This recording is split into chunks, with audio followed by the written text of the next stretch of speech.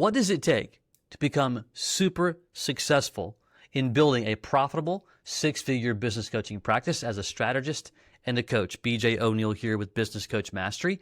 I get this question all the time. I got it today, and I thought, you know what? It's been a little while since I've kind of touched on the subject. I'm going to give you my feedback, give you my personal experience, and certainly the experience with dozens and dozens of coaches that are on our coaching team at Business Coach Mastery. And so here's the reality. There's obviously, as you probably are aware, a number of ways to become successful. There's not just one shiny thing that causes success. There is no secret sauce. There is no magic pill of any kind. It is a combination of a number of things, some big, some small. Here are three of the big ones. I don't care where you're at, and I don't care what it looks like. I don't care how long you've been coaching. These are foundational principles that the coach that follows these puts them in a position in overdrive to be absolutely amazing. And the number one, or the first one rather, is consistency. That's not going to shock you probably. However, especially if you're on our coaching team, take this to heart. Do you have a strong plan to being consistent? I'm going to give you an example here in just a moment. So consistency is really all about two big things: frequency and strategy. Frequency and strategy. What do I mean? Well, let's take the consistency piece and let's connect it to a strategy for building relationships. We'll call it lead gen and client acquisition. There's a number of ways to do it. I'm using this only as an example. I'm not suggesting that it's the only way or that it's the right fit for you. But let's just say that networking, you enjoy connecting with people, you enjoy meeting people, you get a lot of dopamine hit, shaking hands and just getting to know folks in your community. So that's the strategy. So we're going to say the coach that's inconsistent, they will go, all right, I'm going to use that strategy, but they may just go to like one per week. They'll go 2 or 3 times. They'll skip a week, go a week, skip a couple of weeks, and so on. Very inconsistent. And then when they do go to those events, they have no plan. They have no strategy. They're just connecting people. They barely show up on time. Half the time they leave early. They're not really, working the room and making a decision who in this room is someone that I need to get to know. But they're checking the box because I said I was going to do this. I checked the box, but they're hyper distracted and they're just not fully leaning in and taking it as serious as they should. All right. Versus the coach that is consistent and they are super strategic. This is what that picture looks like. They may say, you know what?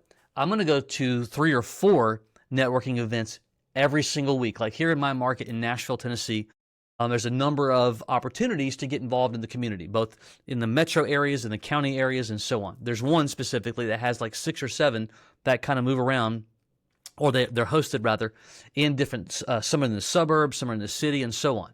So let's just say that from a consistent perspective and a strategic perspective, I'm going to go to 4. And I have pinpointed the 4 that I am going to go to. And my strategy is I'm going to become incredibly well known in these rooms. I'm going to get to know people, and I'm going to show up with a plan. The extended part of that strategy would sound like this. Now, I'm not looking for necessarily that the client inside that room. It could happen, but that's not my number one goal. My number one goal in that room is to look for joint venture partners. What do I mean? It's people that maybe they own a digital marketing company, maybe they're in the advertising industry, maybe they're a CPA. It's like those who already have connections or they have B2B clients already. I might create some type of really cool relationship with them. It could just be a referral swap. It could be a professional revenue share scenario. There's a number of ways to do it. But regardless of that, I'm looking to build those types of relationships over time because strategically, I am looking to have somewhere in the neighborhood of 6 to 8 of those types of relationships to get people to come to me. All right. So I'm going every single week, 4 of them without fail. I have a plan. I have a messaging strategy. Like the purpose of how I connect with people has meaning. I'm not just there to just rub elbows and, have some hors d'oeuvres and that's fine to do those things, but I have a plan.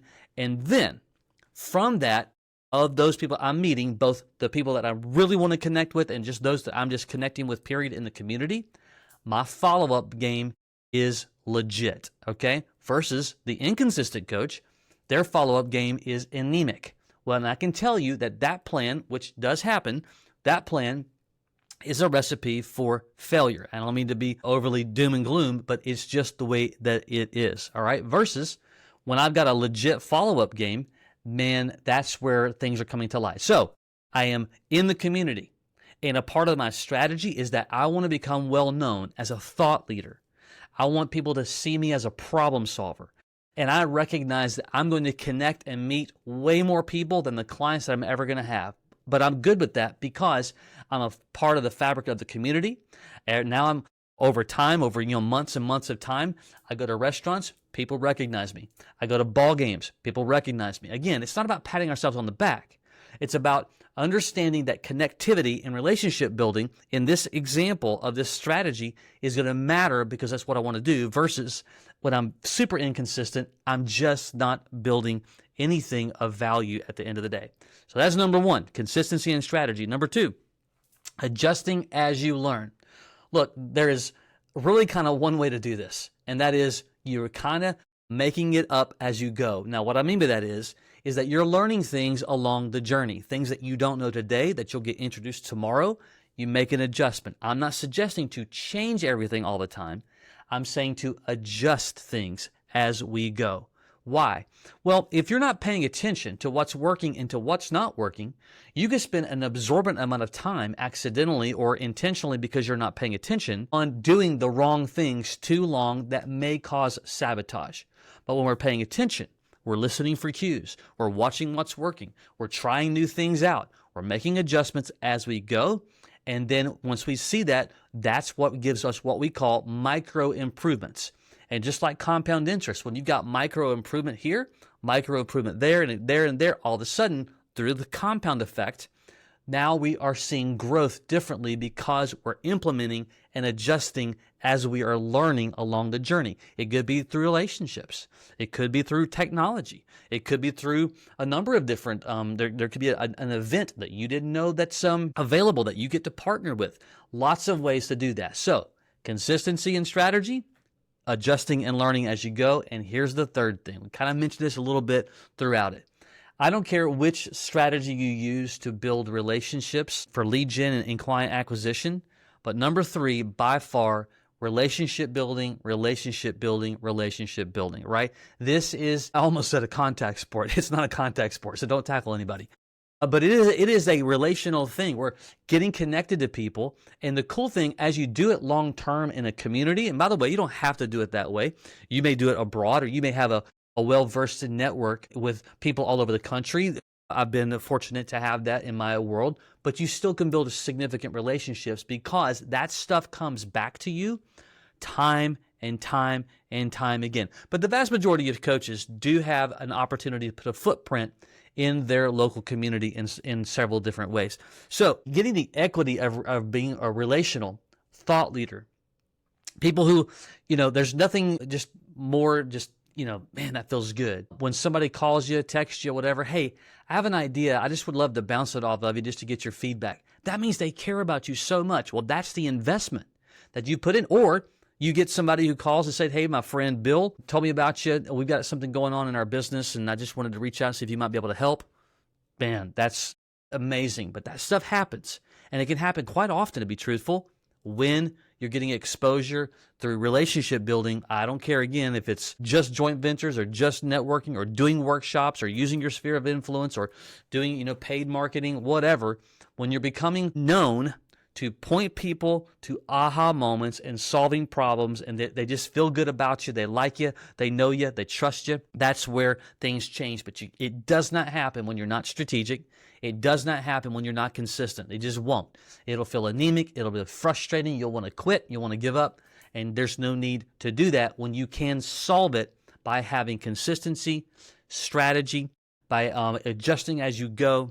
And certainly you put an emphasis on relationship building over selling, meaning your core principle of engaging with people on what you're doing and how you're doing it is all related to, I care, and I know that when I walk into this networking room, yes, I'm hoping to meet some folks that could potentially one day become a joint venture partner of mine and help, put me in front of others. However, I want to make an impact. I want to sow an investment. God used me to say something that would give someone a spark to go, wait, we haven't dealt with that in our business yet. And those are the kinds of things that helps you build that momentum for long-lasting success. Trust me on that. So there you go. If you're on our coaching team and you're not consistent, this is your day. If you don't have a great strategy, this is your day. If you're not serious about relationship building, this is your day. If you're not on a coaching team and you're considering joining us, then, or maybe you haven't talked to anybody yet, you can go to businesscoachmastery.com. There's some information there you can get to learn more about our complete and total A to Z done for you business coaching system, tools, resources, software, all kinds of good stuff. You can even schedule a quick chat where we can give you a full A to Z view. We'll even let you see some of our tools and get on the inside there. That way you can determine if it's the right fit for you or not, and we'll go from there. All right, until next time, take care.